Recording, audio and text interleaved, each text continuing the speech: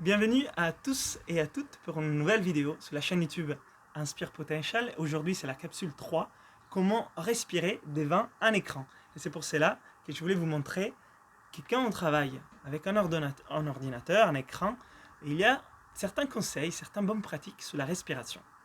Alors, il y a déjà eu deux capsules sur la respiration, la vidéo 1 et la vidéo 2. Je vous invite à les regarder sur notre chaîne YouTube, bien sûr, ils sont là disponibles avec ces conseils, l'efficacité respiratoire et une bonne respiration dans le quotidien. Et aujourd'hui, on va voir les erreurs à éviter quand on est devant un écran, par exemple, un ordinateur, et on travaille toute la journée aussi à un bureau. Alors, première chose, l'effet d'être assis sur une chaise et avoir les mains devant sur un ordinateur, peut-être qui n'est pas à la bonne hauteur, sauf si on travaille debout, ça pourrait nous faire courber les dos, avancer les épaules, les monter, fermer un peu la cage thoracique et en même temps compresser les ventres. Si on est là, ce qui pourrait devenir simple, c'est de monter la respiration ici, au niveau de la poitrine. Donc, première chose à veiller quand on travaille devant un écran, pour bien respirer, c'est de pouvoir être droit. Utiliser les muscles profonds de notre dos pour rester droit et pas les muscles superficiaux. Pour faire cela, il y a des exercices, par exemple la planche ou l'animal flow, pour travailler ces muscles profonds. Mais sinon, essayez déjà de vous tenir droit. Et bien sûr, il y a toutes les questions ergonomiques de votre bureau. Moi, je vous invite aussi à travailler debout, des fois, si vous pouvez ajuster la hauteur de votre ordinateur. Donc, premier conseil, on ouvre la cage thoracique et on est droit. Et après, bien sûr, on essaye d'amener cette respiration au niveau ventral. Parce qu'une fois qu'on a dégagé ça, on peut à nouveau respirer avec les diaphragmes et avec les ventres. Ça, c'est les premiers conseils. Les deuxièmes conseils, attention à ce qu'on appelle l'apnée de l'écran. Alors, l'apnée de l'écran, c'est ça.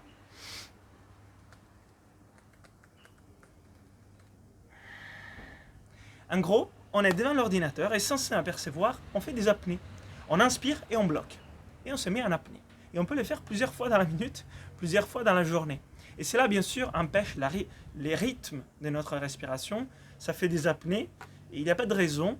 En plus, on s'oxygène mal parce qu'on commence à faire des apnées répétées, pas conscientes. Et en plus, on est sédentaire. Donc la circulation dans les corps n'est pas bonne. Donc l'oxygénation de notre corps va vraiment être impactée. Et il y a des douleurs qui peuvent arriver, ainsi que notre concentration ne sera pas la même parce que notre oxygénation n'est pas optimale. Donc deuxième conseil, il faut éviter de faire des apnées. Donc être conscient sur notre souffle tout le temps, ça peut être difficile. C'est quelque chose qu'on acquiert petit à petit. Mais aussi d'avoir un rythme régulier. Si on voit qu'on fait des pauses, peut-être de s'élever, de s'étirer, de remettre la conscience sur le souffle et de repartir. Il n'y a pas de secret plus que travailler sa respiration au quotidien et être plus conscient de son souffle. Après, les troisième conseils, c'est toujours respirer par le nez. Quand on est assis devant un ordi, devant un écran, c'est vraiment important de ne pas respirer par la bouche et de respirer par le nez. C'est les véritables organes de la respiration. Moi, je vous donne un dernier conseil qui ça pourrait vous aider. Tous les heures, si vous pouvez, levez-vous 1 minute, 2 minutes, pas plus, 1-2 minutes. Étirez-vous, réactivez la circulation et respirez profondément par le nez pour faire une pause physique et en même temps oxygéner les corps, donc vos cellules, et reprendre ensuite avec une bonne concentration. Voilà la capsule numéro 3 sur la respiration. J'espère que ça vous a donné des pistes pour comment respirer devant un écran quand on est en télétravail au boulot. Partagez cette vidéo avec des collègues, des amis, des personnes qui pourraient être intéressées à travailler leur respiration, à l'améliorer, à la corriger. Likez la vidéo et abonnez-vous à la chaîne YouTube Inspire Potential pour nous aider, nous soutenir dans ces partages autour de la respiration et bien plus. Et bien sûr, si cela vous intéresse de travailler la respiration, je vous invite à vous inscrire à la formation en ligne Inspire, les pouvoirs de la respiration, ou aussi acheter les livres La respiration pour la maîtrise des soi. Et on se retrouve pour la prochaine vidéo et la prochaine capsule.